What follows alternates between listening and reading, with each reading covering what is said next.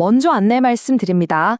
본 내용은 투자 판단을 위한 참고용 정보일 뿐이며 모든 투자의 최종 책임은 투자자 본인에게 있습니다. 특정 종목의 매수 또는 매도를 추천하는 것이 아님을 분명히 밝힙니다. 2026년이 코앞인데 혹시 아직도 꿈의 항암제 개발 성공 이런 뉴스 헤드라인 하나만 보고 덥석 바이오 주식을 사고 계신 건 아니겠죠? 오늘은요, 그 반짝이는 포장지 뒤에 숨어있는 진짜 가치를 어떻게 발라내는지 그 방법을 제대로 한번 파헤쳐 보겠습니다. 네, 주식으로 세상 이야기에 오신 여러분을 환영합니다. 오늘 우리가 해부해볼 기업, 바로 앱클론입니다. 시장은 지금 AT01이라는 카티 치료제 하나에만 온통 정신이 팔려있죠. 하지만 제 20년 경험으로 볼 때 진짜 돈이 될 만한 이야기는 사실 전혀 다른 곳에 숨어 있더군요. 자, 지금부터 그 숨겨진 보물을 함께 찾아 떠나보시죠. 오늘 우리가 갈 길은 이렇습니다. CART라는 현상 너머를 보고 이 회사의 진짜 경쟁력이 뭔지, 어떤 데이터를 봐야 하는지, 그리고 시장이 놓치고 있는 현금 파이프라인은 뭔지, 마지막으로 미래와 리스크 관리까지 단순히 신약 하나 분석하는 걸 넘어서 이 기업의 심장부까지 들어가 보겠습니다. 자, 첫 번째 파트입니다. 시장은 앱클론을 그저 기적의 항암제를 가진 회사, 딱 이 정도로만 보는 경향이 있어요. 근데 이건 말이죠. 마치 멋진 스포츠카의 외관만 보고 감탄하면서 정작 그 안에 어떤 엔진이 들어있는지는 전혀 궁금해하지 않는 것과 똑같습니다. 여기서 관점을 한번 싹 비틀어보죠. 만약 진짜 보물이 AT101이라는 이 멋진 자동차 한 대가 아니라 앞으로 어떤 차든 계속해서 만들어낼 수 있는 독보적인 엔진 공장, 바로 그 자체에 있다면 어떨까요? 이 질문에 어떻게 답하느냐에서 베테랑과 주니어 투자자의 시선이 갈리기 시작하는 겁니다. 좋습니다. 이제 앱클론의 핵심, 바로 그 엔진룸 안으로 직접 들어가 보겠습니다. 바이오 기업의 장기적인 가치는요, 결국 이 플랫폼 기술의 깊이와 확장성에서 결정돼요. 이게 바로 워런 버핏이 입이 닳도록 말하는 아무나 넘볼 수 없는 경제적 해자, 모트가 되는 거죠. 플랫폼 기술, 어렵게 생각할 거 없습니다. 간단히 말해 이런 거예요. 한 번 대박내고 끝나는 게 아니라 검증된 하나의 엔진을 가지고 계속해서 새로운 신약을 찍어낼 수 있는 시스템. 이건 말이죠. 파이프라인 하나가 혹시 실패하더라도 회사가 흔들리지 않게 만드는 아주 영리한 리스크 분산 전략입니다. 앱클론의 엔진은 이 세 가지 기술이 기가 막히게 맞물려 돌아갑니다. 첫째, 정찰병 같은 NEST 플랫폼이 남들이 못 본 새로운 공격 루트를 정확히 찾아내고요. 둘째, 맥가이버 칼처럼 다재다능한 에피맵 플랫폼이 이 정보를 바탕으로 두 가지 기능을 동시에 수행하는 특수 무기를 만들어내죠. 그리고 마지막, 스마트 폭탄, 제트카티 플랫폼은 이 강력한 무기를 원격으로 정밀 제어해서 부작용은 줄이고 효과는 극대화하는 겁니다. 정말 똑똑한 구조 아닌가요? 하나의 유기체처럼 움직이는 바로 이 시스템이야말로 앱클론의 진짜 경쟁력인 거죠.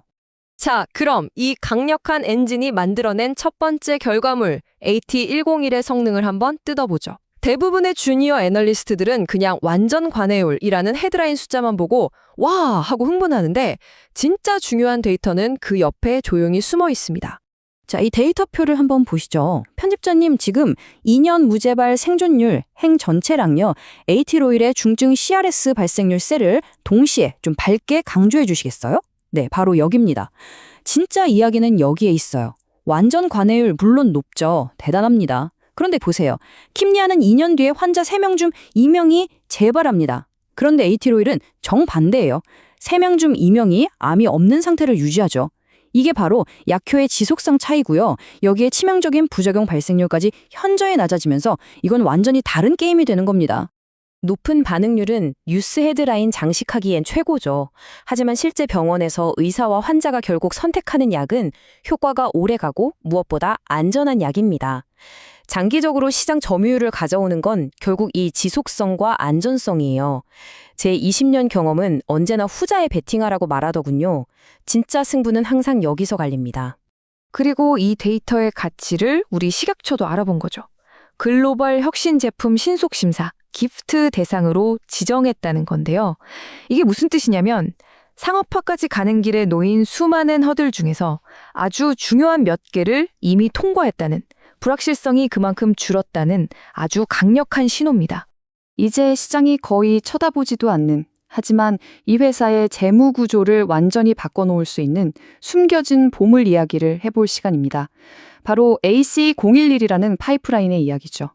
중국의 거대 제약사 헬리우스가 이 ACL01의 글로벌 관리를 사가서 지금 3상 임상을 하고 있어요. 헬리우스가 내건 최대 매출 목표가 무려 14조 원. 이건 좀 공격적인 숫자라고 봅니다. 솔직히 말해서요. 하지만 보수적으로 딱 절반만 잡아도 2028년부터 앱클론에 들어올 로얄티는 연간 수천억 원대에 달할 겁니다. 이건 그냥 기대감이 아니에요. 이미 계약서에 명시된 미래에 들어올 확정된 현금 흐름이라는 점에서 의미가 아주 큽니다. 요즘처럼 금리가 어디로 튈지 모르는 불확실성의 시대에 이런 안정적이고 예측 가능한 로열티 수입은요, 마치 고성장 기술주 안에 숨겨진 우령 채권과도 같아요. 주가의 변동성을 막아주는 든든한 안전판 역할을 하는 거죠. 그런데 놀랍게도 현재 시장은 이 가치를 주가에 거의 반영하고 있지 않더군요. 자, 이제 가장 중요한 미래와 리스크 관리에 대한 이야기입니다. 아무리 스토리가 좋아도 리스크 관리가 없으면 그건 투자가 아니라 그냥 도박일 뿐이죠. 앱클론의 다음 성장 동력은 뭐고 우리는 어떤 리스크를 반드시 관리해야 하는지 딱 짚어보겠습니다. 앱클론의 궁극적인 목표는 바로 이겁니다. ZCART 플랫폼으로 아직 누구도 정복하지 못한 고영암 시장에 진출하는 것. 첫 번째 타겟인 난수암 시장만 해도 블룸버그 인텔리전스에 따르면 글로벌 시장 규모가 수십조 원에 달하는 그야말로 엄청난 미충족 수요가 있는 영역이죠. 이런 미래를 현실로 만들려면 당연히 돈이 필요하겠죠. 최근에 360억 원을 조달했는데 여기서 중요한 건 금액이 아니라 방식입니다. 보통의 빚, 즉 부채가 아니라 영구전환사채와 전환우선주로 조달했어요. 이게 회계상 부채가 아니라 자본으로 잡히기 때문에 재무구조가 훨씬 탄탄해집니다. 이건 아주 똑똑한 기관 투자자들이 이 회사는 망하지 않고 결국 성공할 거다라는 데에 돈으로 투표한 것과 같은 의미입니다. 자, 그럼 실전 팁 3가지 나갑니다. 첫째, 절대로 한 번에 모든 자금을 넣지 마세요. 주요 임상 결과 발표 같은 핵심 이벤트를 기준으로 나누어서 접근해야 합니다. 둘째, 기술적으로 볼린저 밴드 같은 지표를 활용해서 시장이 과열됐을 때 추격 매수하는 실수는 피해야죠. 셋째, 이게 제일 중요한데요. 아무리 좋아 보여도 이런 바이오 종목은 전체 자산의 작은 일부여야만 합니다. 수익보다 생존이 언제나 우선이니까요. 명심하세요. 지금까지의 분석을 정리한 투자 로드맵입니다. 앱클론의 가치가 크게 도약할 수 있는 변곡점들이죠. 2026년 국내 매출이 시작되고 2028년 글로벌 로열티가 들어오기 시작하면서 2030년을 전후로 고영한 파이프라인에서 큰 계약이 터져나올 가능성이 있습니다. 단기 시세가 아니라 기업의 성장을 보고 가는 장기적인 그림인 셈이죠. 그래서 제 최종 판단은 조심스러운 낙관론입니다. 이 회사가 구축한 기술적 해자는 진짜라고 봅니다. 하지만 바이오는 언제나 아이디어를 현실로 만들어내는 실행력의 문제죠. 이건 오늘 사서 내일 팔 종목이 아니라 충분한 인내심을 갖고 기업의 성장을 함께할 장기 투자자를 위한 스토리입니다. 오늘 분석을 딱 한 문장으로 요약한 실천 전략입니다.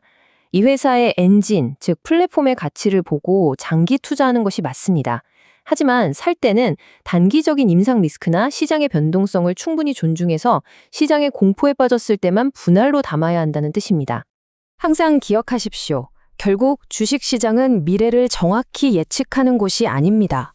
어떤 상황이 닥치더라도 살아남고 현명하게 대응하는 사람에게만 기회를 주는 냉정한 생존의 무대라는 것을요. 여러분의 투자 프레임워크가 오늘 한 단계 업그레이드 되셨기를 바랍니다. 구독과 좋아요, 알림 설정 잊지 마시고요.